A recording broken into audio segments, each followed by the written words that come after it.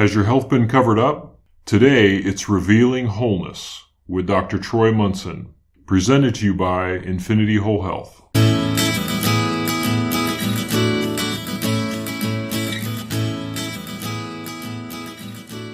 Hello and welcome. I'm Dr. Troy-Munson on Revealing Wholeness. Today we're going to continue on with part 2 of sinus infections and sinus drainage and allergies. And today we're going to spend some time on food allergies and what does that look like. Food allergies, last time we talked about just simply allergies where it's seasonal. Now we're going after the food stuff, the stuff that you suspect may be an allergen to you. And for some of you, I've got some tough news, some unhappy news for you, and I'll wait to spring that on you in just a second. But let's talk about common food allergies. We call them the Big Four.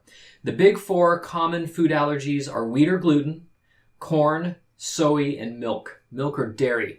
And ultimately in there, we see wheat or gluten. Part of the problem with wheat is that in 1973, wheat used to grow to be 9 feet tall.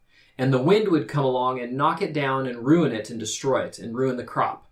And so wheat farmers are like, hey, we can't keep having this happen. And they hear about this hybridization that they could do. And so they started hybridizing wheat so it would grow shorter and shorter. Now it's about 4 feet tall and it doesn't blow down. And so they save crops, but in the process of hybridizing it and changing wheat and genetically modifying it, we now produce a lot of gliadin and gluten. They're within the same family, and they tend to be much, much more allergic producing or allergen producing than the old heritage wheat, pre-1973.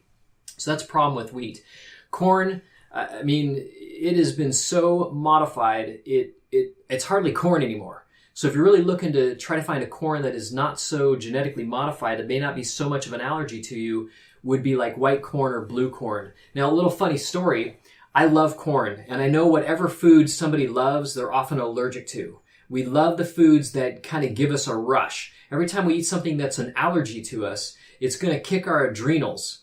And our adrenals are our stress response, and it gives us a rush. It's like going to a scary movie. People like going to scary movies because their adrenals are a wreck. I don't want a scary movie anymore, I realize. I'd rather spare my adrenals and have a nice, peaceful life.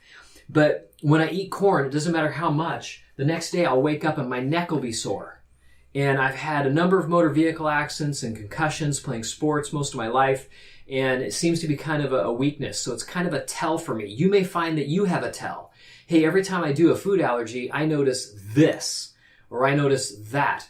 Part of it is the corn in my particular body is aggravating my system, and there's probably still a little bit of an infection going on in my neck from years of abuse. And so everybody thinks that I'm just completely healthy, which I may be pretty healthy, but there's still stuff that I'm working on, just like stuff that you may be wanting to work on or are working on. And so that's where, having a good coach comes into play.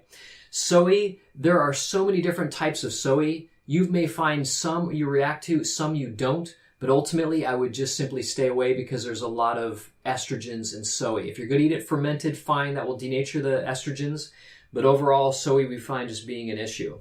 Now, some of the products that I might use have soy lecithin in it, but the lecithin is because the soybean leaf is really easy to get the soybean lecithin out of. So we're not actually going to the bean, we're going to the organic leaf.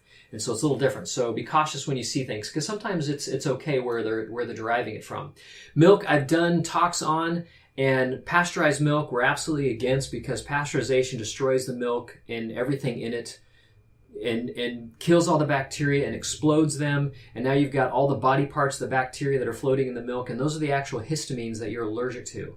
Raw milk typically is not an allergy for most people. When I say most, I mean like better than 90% of the people that are allergic to dairy, they'll eat raw and they will not have a problem with it. So that's the problem with milk, but it's really hard to find raw stuff. So that's the Big Four food allergies. We have a minor 4. Chocolate. I'm sorry, people out there. If you crave chocolate, it might be because it's an allergy to you. But it's usually because you need copper. And copper is vitamin C. And so the next one is peanuts. It goes without saying, peanuts are just another nut, and they tend to be a high allergen. Tomatoes, weirdly enough, are fairly allergic response to because of their acidity alkalinity issues. And then we go to beef, just beef, cow meat. And I've had people that are allergic to to cow anything and they go try organic, grass-fed cow anything and they're still allergic to it. So when you're allergic to beef, it's kind of a solid thing. And so that's another thing you may want to watch for as an allergen. Then they have the lesser 5, they call them. And this is unusual because I'll have patients that will definitely be allergic to rice, peas, sesame, eggs, and quinoa. I just had a client coming in with headaches from quinoa, and I was shocked. I'm like, no. Remove it for a couple, 3 days, and then just take just the smallest bite of it and see if you start getting a headache. And she came back and she's like, I just had a taste and I had a mild headache for 7 hours. I said, wow, quinoa, how wild, allergy. So I'll see them on occasion, but they're not the more common of the big 8, if you will, or the big 4 and the little 4. So that's food allergies. How do you know if you have a food allergy? How can you test it? Well, if you suspect it, remove it from your diet for 2 weeks. You can do anything for 2 weeks. It's not like I'm asking you to totally change diet, but once you remove it and then add it back in, you'll have a response usually within 24 hours, but no longer than 48. If it's after 48, it's a different type of allergy. It's usually an intolerance. It's actually creating an immune response, and you might even get a cold or flu with it, but that will happen like 3 or 4 days after you eat it. And so some people that have suspected a food allergy and cleaned up their diet, really done really well for years, and then they try to introduce a known allergy back in, they won't react for 3 or 4 days. And they'll think, I'm totally good. But like day 6 or 7, they'll be so wiped out with cold or flu-like symptoms. They'll be like, I'm really sick. I say, yeah, it's still that food. You really have to be cautious about bringing in a food allergy years after you've totally eliminated it. So just as an FYI for those out there thinking about doing some elimination stuff.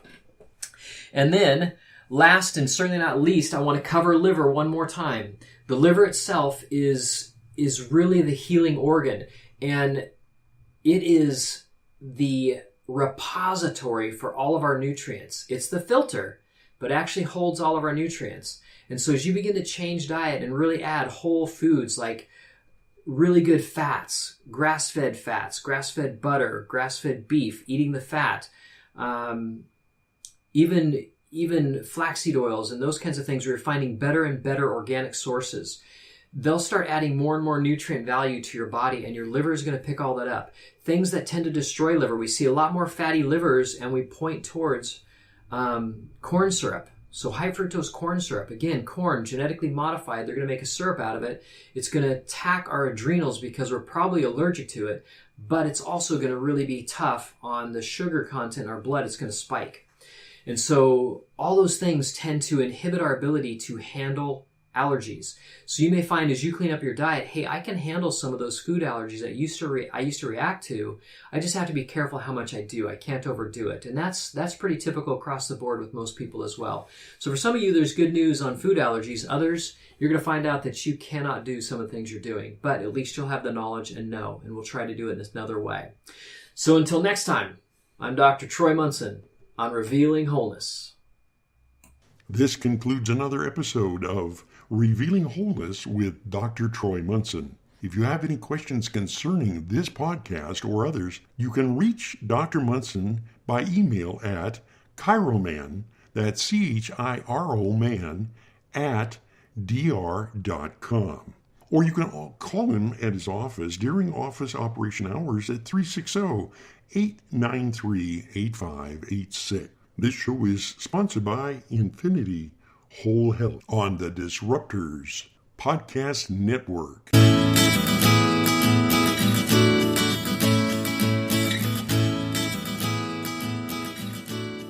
The information on this podcast from Dr. Troy Munson is meant to educate the listener on a variety of health issues. It is not meant to diagnose or treat any conditions.